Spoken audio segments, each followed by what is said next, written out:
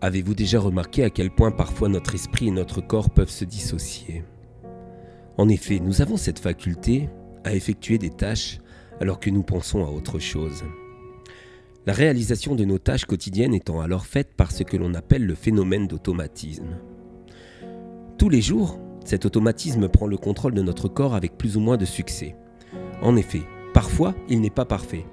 Et alors que nous étions perdus dans nos pensées, nous renversons une tasse de café.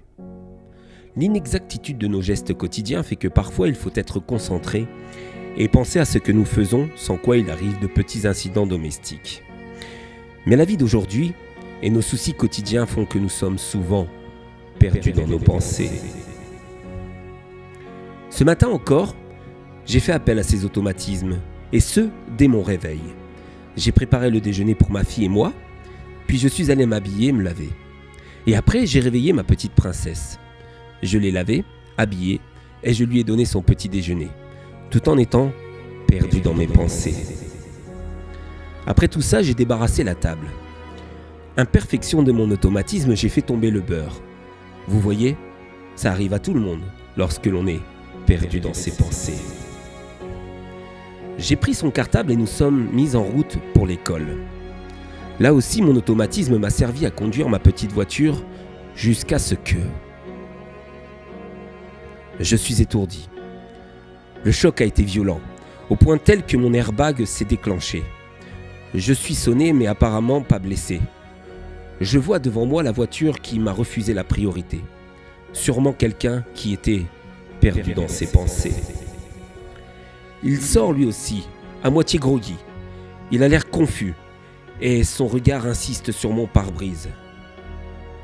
Ce n'est que là que je la vois.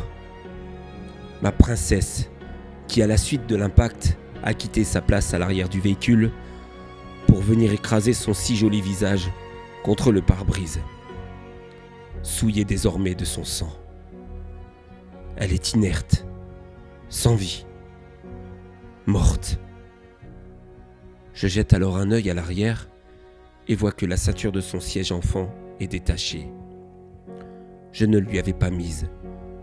Dysfonctionnement de mon automatisme, car j'étais perdu dans mes pensées.